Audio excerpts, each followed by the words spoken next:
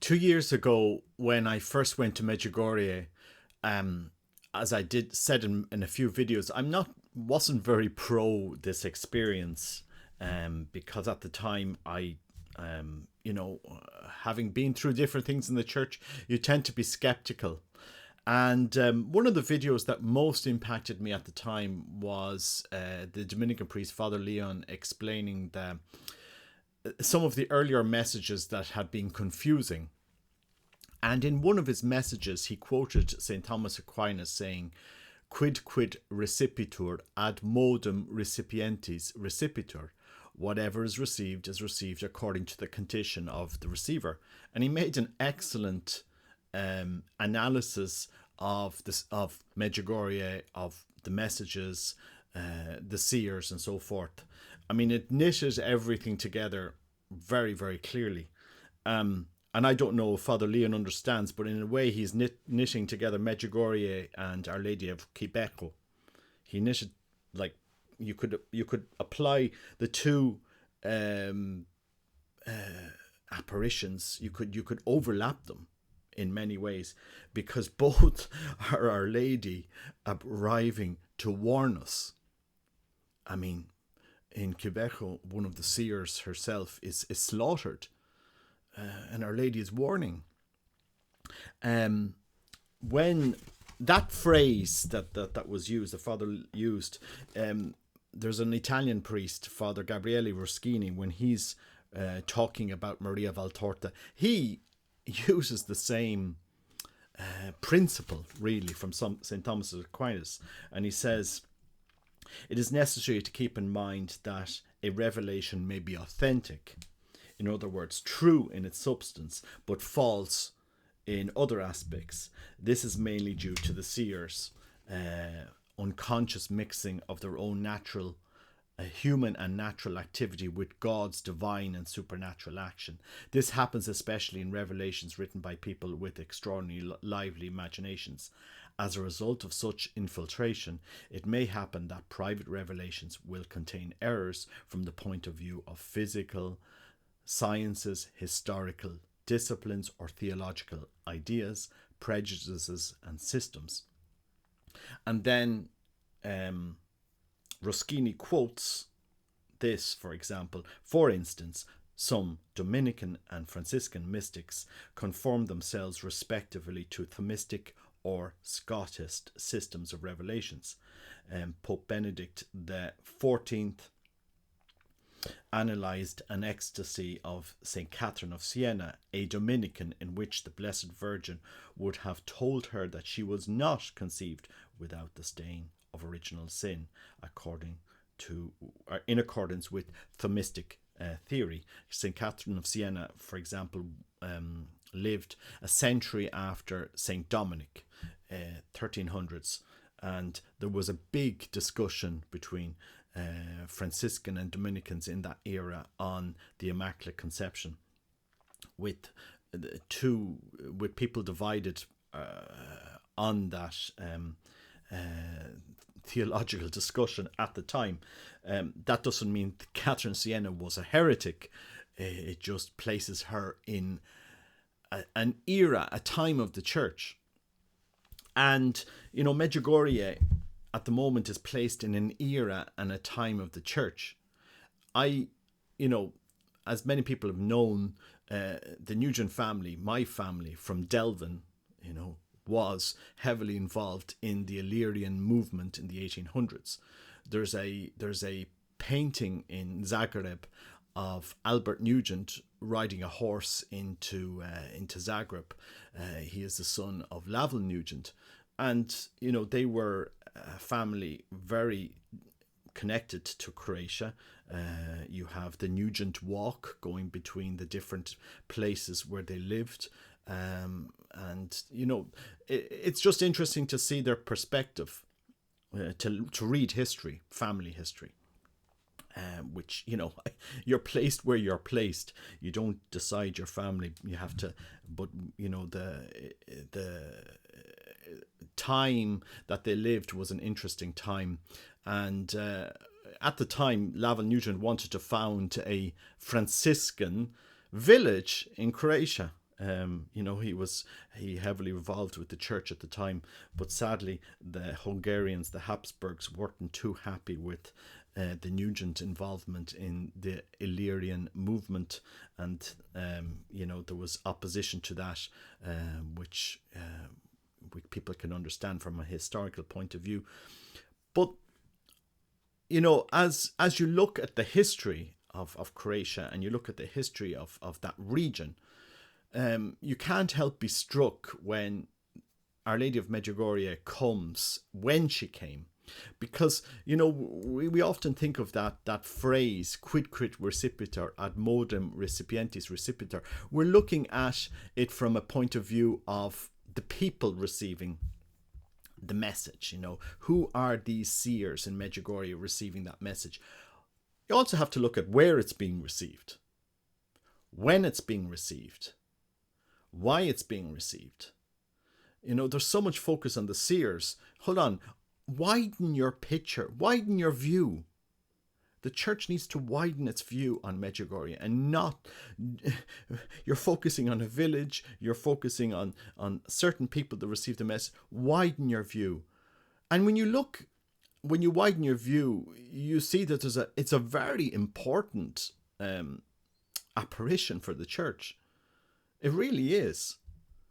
When you look at the casualties, the killings, the war that came a decade later, it was in that region, Bosnia-Herzegovina, where the largest number of people died. I suppose people have already connected it. It's not just the seers that receive the message. It's the location. It's the place. It's the hatred. And what is Our Lady doing? What is she trying to do? The French author Jean Curie, just with us yesterday doing the School of Prayer, he sent me on a lot of literature, and I asked him, should I blog about it? And he said, yeah, Robert, blog away. And it's his thesis that what Our Lady was trying to do in Medjugorje was catechize. She was catechizing, teaching, especially the first 3 years. It's a whole school of prayer. It's a whole school of catechesis. If you want to give, I'll just get my Bible here. Polish one anyway. If you want to give Holy Scripture, I'm using a Polish Bible. If you want to give this to the world, you can't just shove a gospel at somebody, at a Muslim, and say, now believe in that. Believe in that. How do we evangelize? How do we give the good news to the world? Well, first of all, the first thing we need to do is to be another Christ, is to have done the work of theosis, deification, have died to the old man and put on the new man. Taking all of this from School of Mary, by the way. It's not Robert Nugent's original idea. I don't tend to have a lot of original material, but it's Jean Curie, he promotes this all the time. In order to evangelize, you need to have done that journey of theosis. And that's what Medjugorje is. That's what Our Lady was doing in Medjugorje. I'm convinced of it. People seeing it's repetition, it's the same messages, it's rosary, it's fasting, it's read sacred scripture, it's very boring. Yeah. Do you know what? It's, if you understand the path of sanctification, well, that's where you need to, that's what you have to do.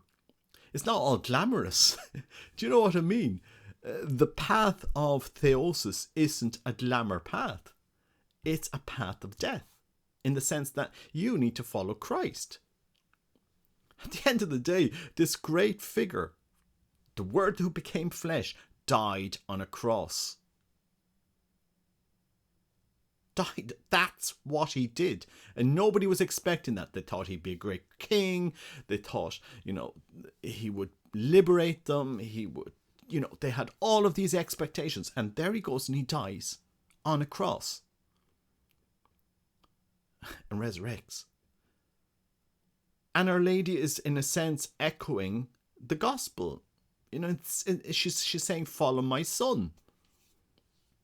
How are Catholics, they're a minority in that area of the Balkans, in Bosnia-Herzegovina. So, Bosniaks would be the Muslims were the largest ethnic group. Then you have the Serbs, and then you have Catholics. How, in the midst of that conflict, were Catholics called to act?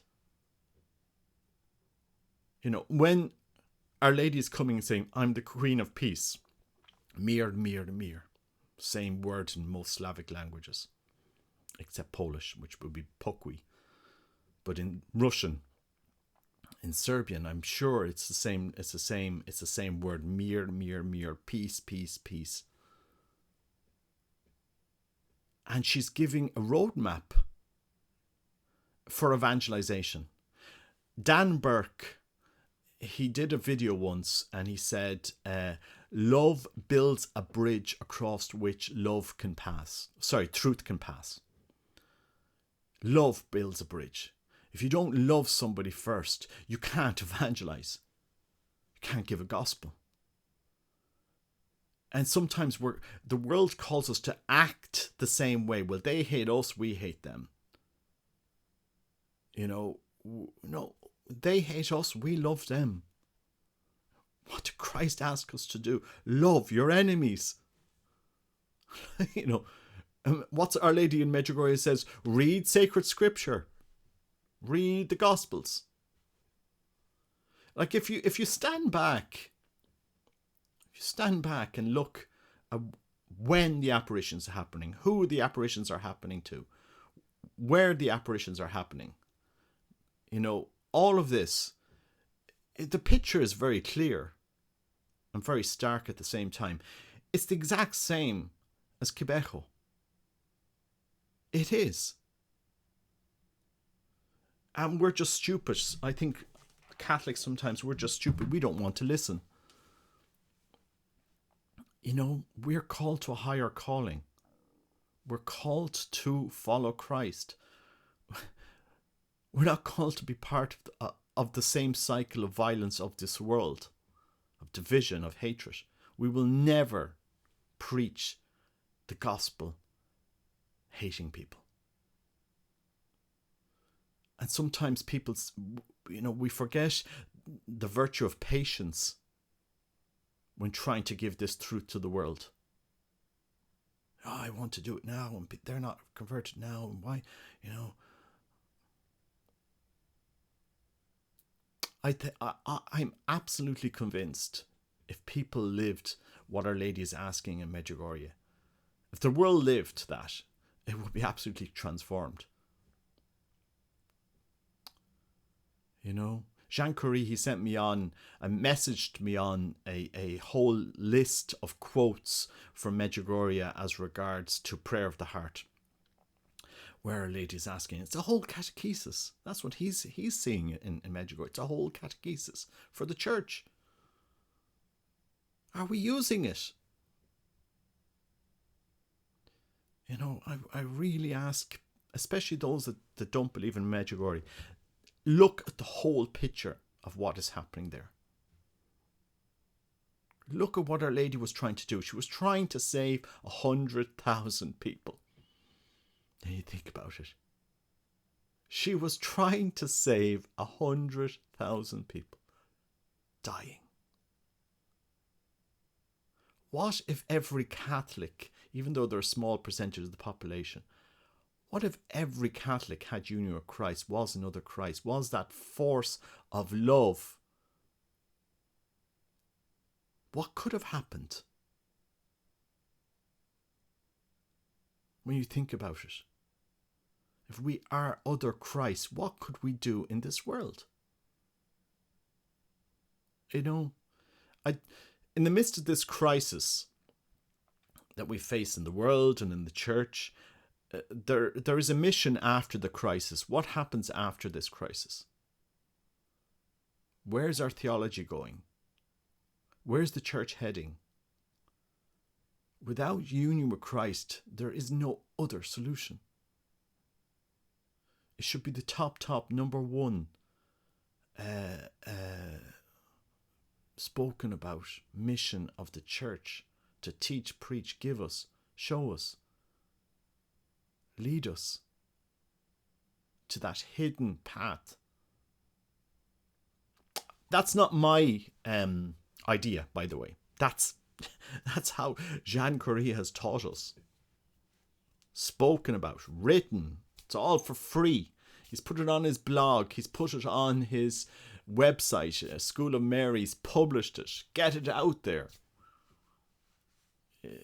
Into the church, into the world. If we were other Christ, because who did Christ kill when he was alive?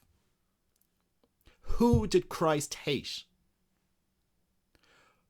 Did he ever get his disciples, now you go off there and protest and hate and judge them? And, you know, what did he ever do that? No, not once. You know, it's a very interesting message of the gospel when you actually meditate on it. And what is Our Lady doing coming in Medjugorje? The exact same as our son did for, you know, peace, peace, peace. You read the messages. It's a catechesis. It should drive people to actually think about what's going on in the world. It is copy-paste. It is the same message, really, as what was happening in Catechesis. And we're all there squabbling over, oh, is it authentic? Is it not? Are these seers real or not? They're making money, blah, blah, blah. All the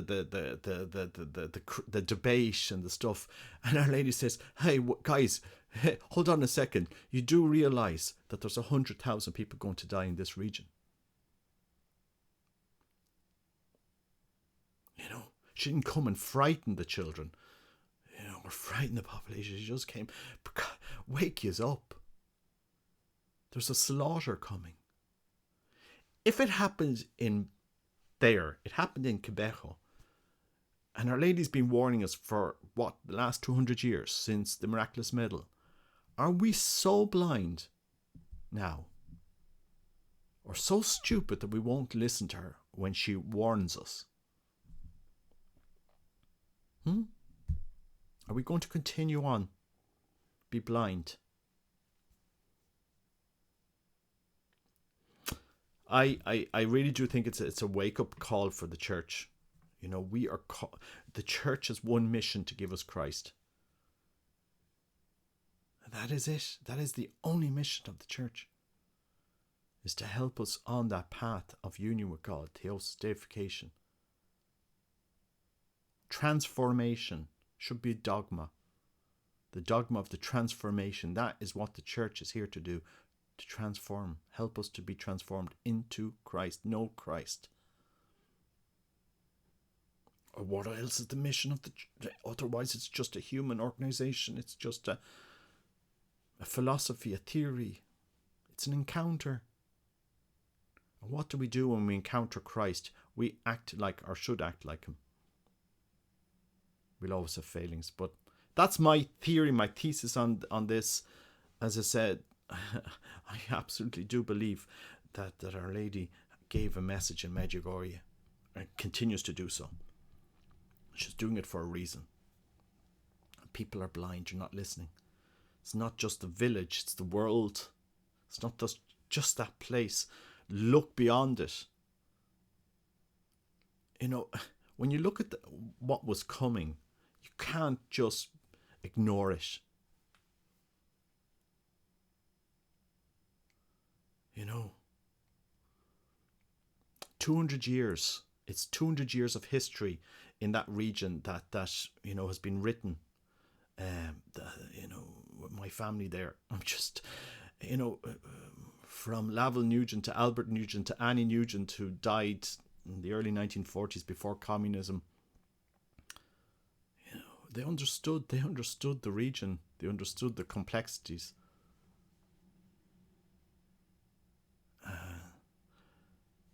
And you know, it's sad to see what happened later on. You know, I think when we look at history, it teaches us things, and history tends to repeat itself. It rhymes. It definitely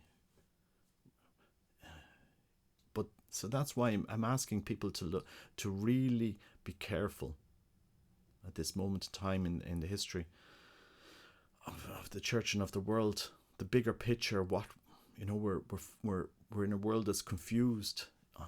A war is coming. There's no doubt about it. This Third World War is coming. We've been warned. How many times? No, we don't want to listen to you, Blessed Virgin. We know that you've been saying all these things for the last 200 years and they seem to be turning out true. But we're still not going to listen to you. We're stupid. We know better.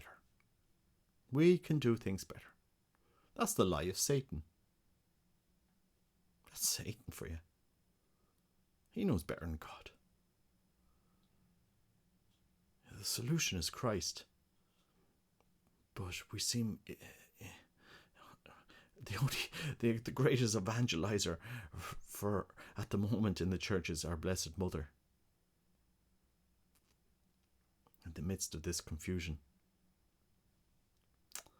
I hope it wakes us up sometime. God bless you.